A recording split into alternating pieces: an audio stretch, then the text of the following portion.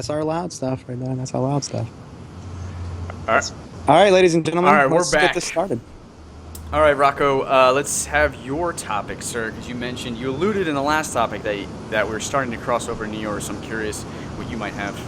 I did allude. You did allude. Okay, so my topic, because it was such a significant moment in all of our lives, when the N64 was released. So my topic is going to be all about the N64. Yeah. All right, so a few different fun facts for it, by the way, guys. One, I want to know, what do you guys think the average price, well, not the average, the price was for when the N64 came out? Back in, by the way, 1996. It was $250 plus tax. It was like $252. Get out of here, Steve. I hate you. Was it really?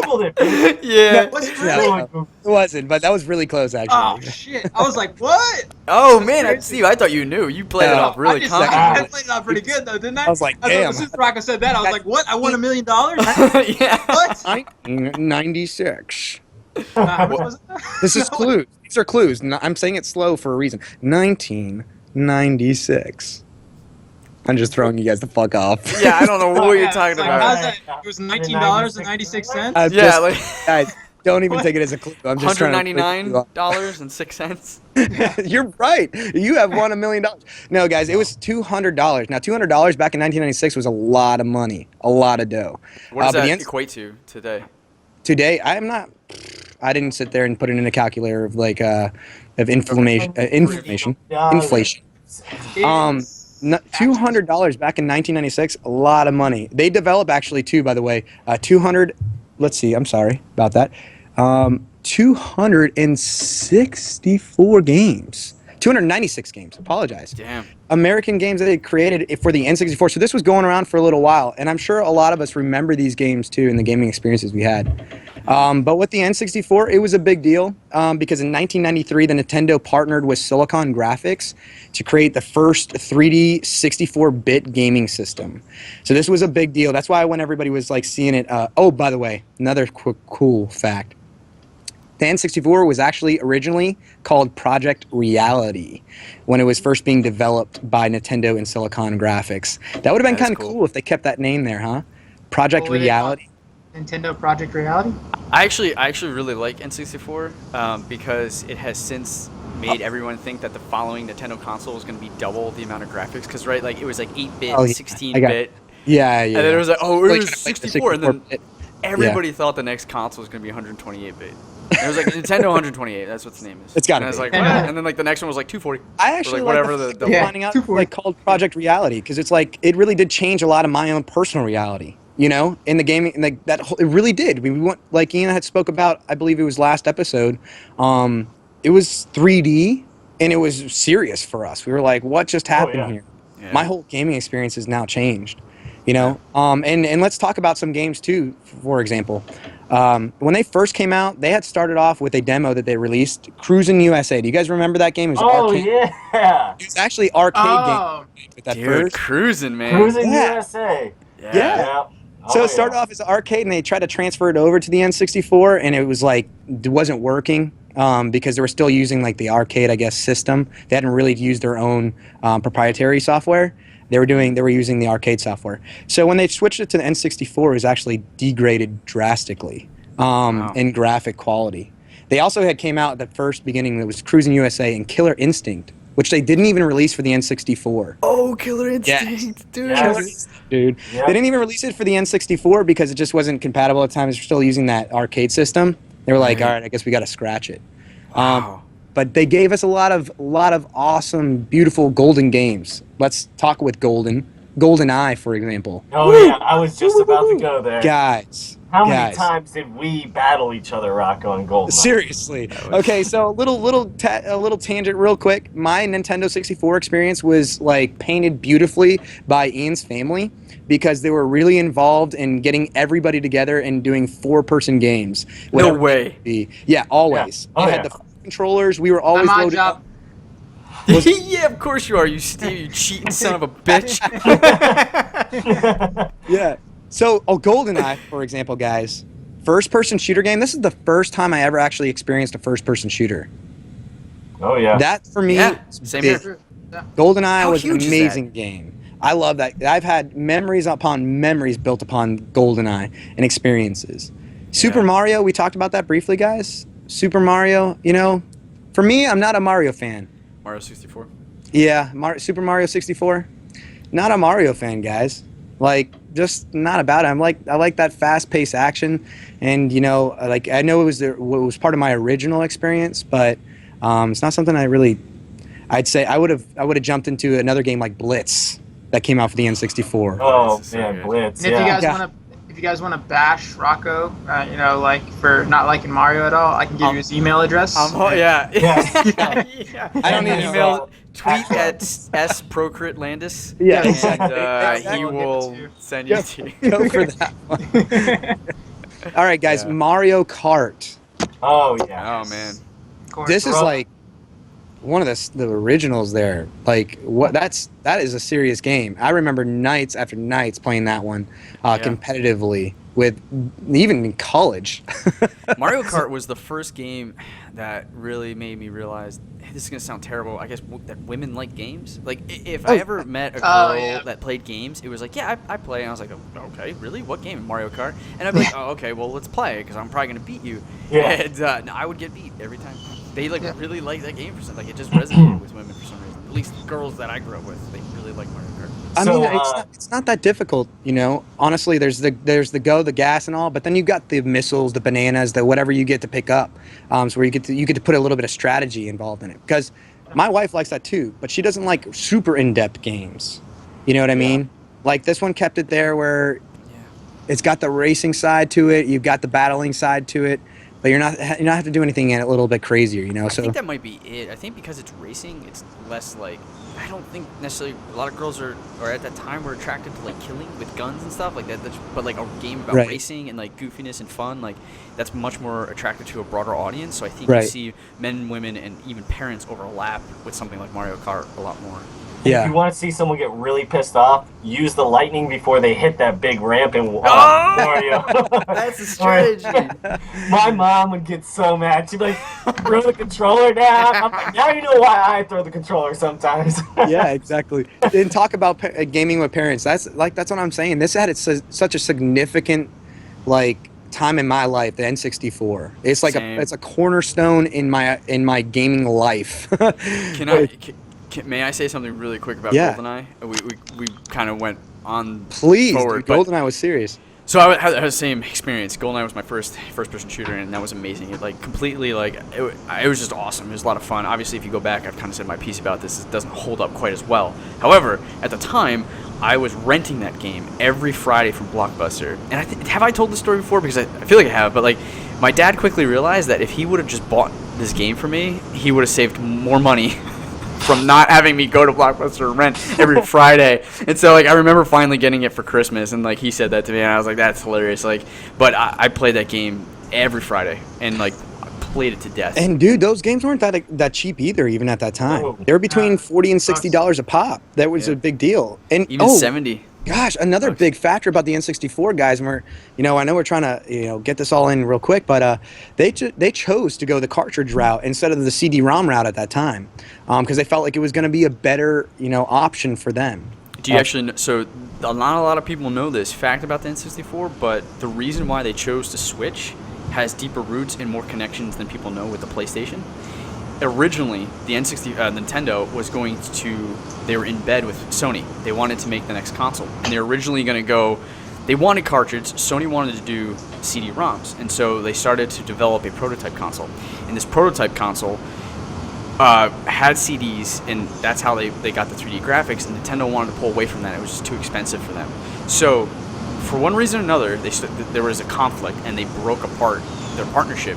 And Nintendo went off to do the cartridge thing and create the N64 that we know and love today. But Sony, gotten so far with their prototype console, actually continued development on it, and that's how they entered in the console race. And they developed what now we know to be the Sony PlayStation, the first PlayStation. Wow. Yeah. So And they were knocking on created it, too. their own enemy. Yeah, isn't that wild? Yeah, Yeah. N64 helped create one of their highest competitors for a while. Right, and now look at it too. 20 Mm-hmm. years down the road. All because of Nintendo. So all the Sony fans who are fanboys, they should be thankful for Nintendo. Yeah, If it wasn't nice. for Nintendo, you wouldn't have PlayStation. Any My gamer should be thankful for Nintendo. I don't care. Oh, who yeah. you Right? are. Yeah, fair Hands enough. down. Yeah. All right, guys. My- Sorry. I was gonna say my favorite N64 experience was the Legends of Zelda Ocarina Yep. Ocarina of Time. Yeah. I honestly remember that game more than any other game on the N64 because that was like the only game I can remember where I actually, because you got to save it. Remember, you had the little cartridge you put underneath the controller. The Rumble Pack. The save, yes, Yeah. yes, those ones, Rumble Packs, those two, yeah.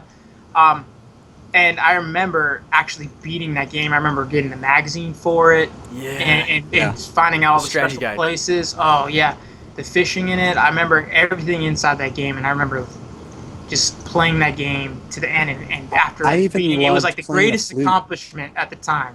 Yes, the Yep. flute, where it's like Yeah. yeah, everything, dude. I just remember that was like the greatest accomplishment after I beat that game. I was so They would happy. let you make your own tunes, man. That was the Yes. coolest shit ever.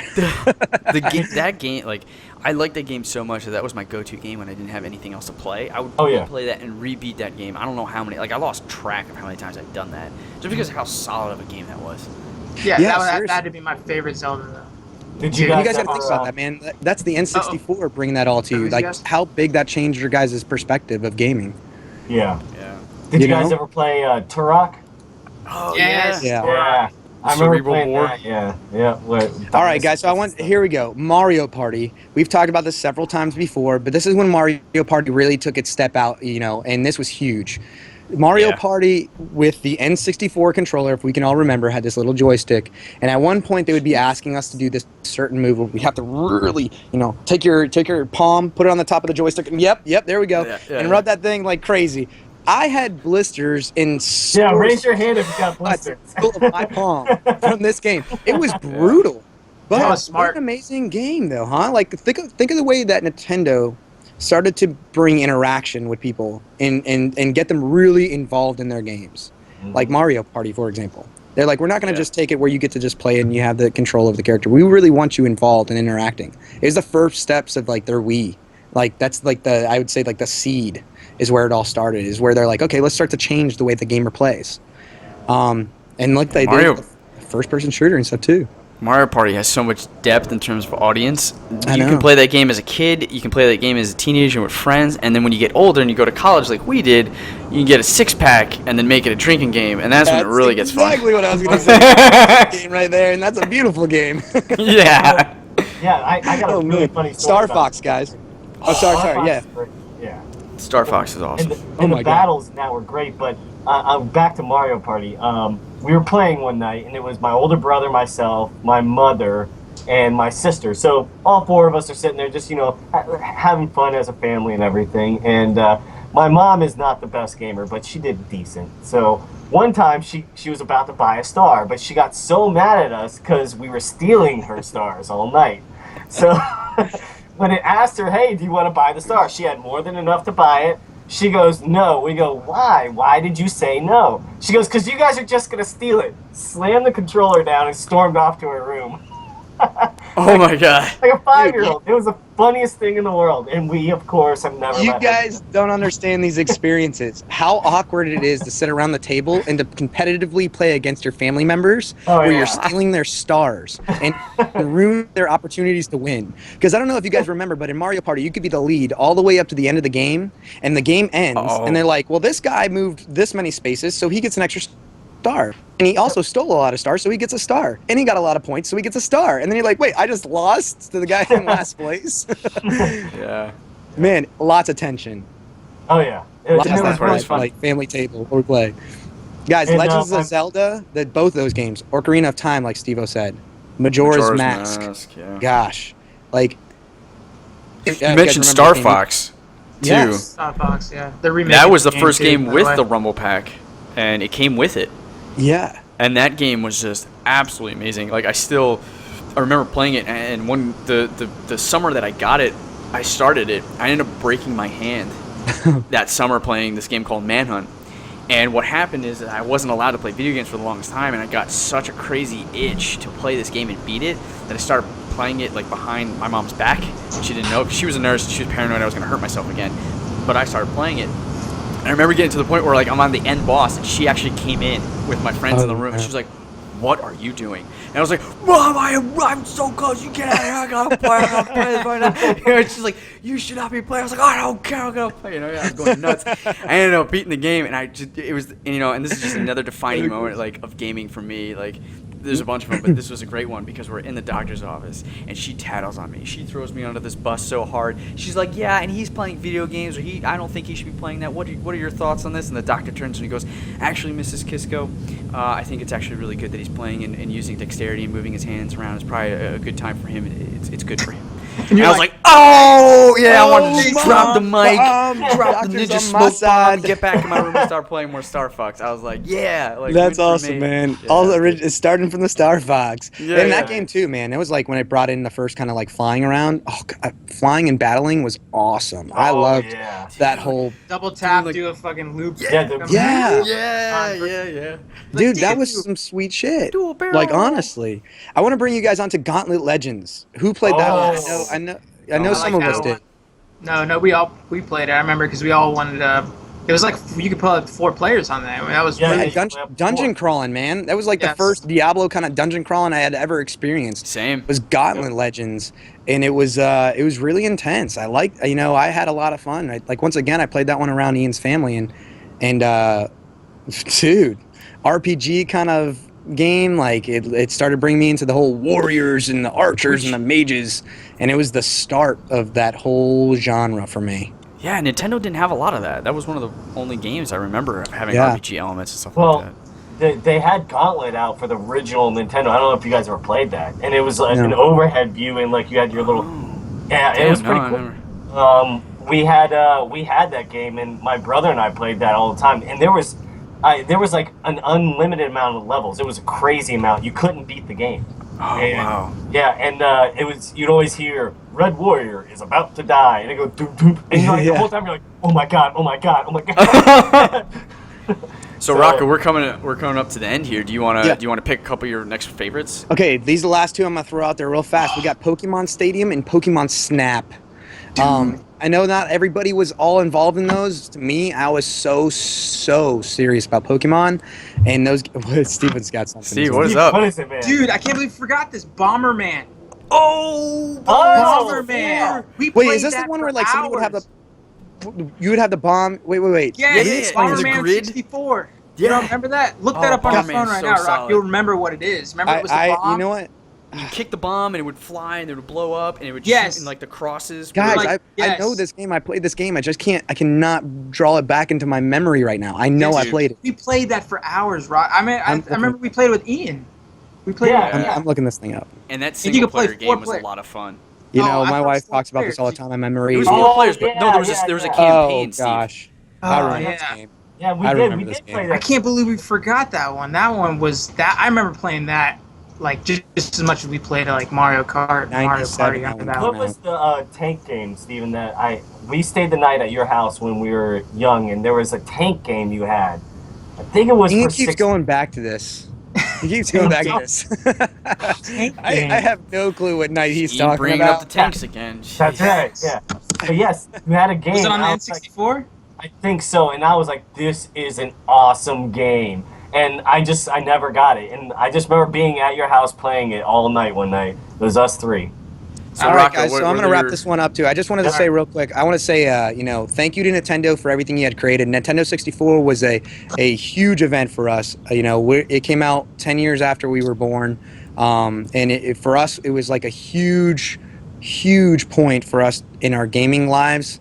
In the start of it, from like I was just explaining, the Gauntlet Legends being the first, dungeon crawl RPG game, being introduced to the ideas of just this warrior and a mage type, class that you could play. All this stuff that eventually now is just second nature to me. I don't even think about it. I'm just like, oh yeah, I like that kind of play style, the mage or the ranger, or the archer, whatever it is. Yeah, man. Thank you to Nintendo 64 and Nintendo for having that innovation at those times when gaming was just starting and pioneering. So it's my shout out to the N64 system. Yeah. Thank you, Rock. That was awesome. All Very right. nice.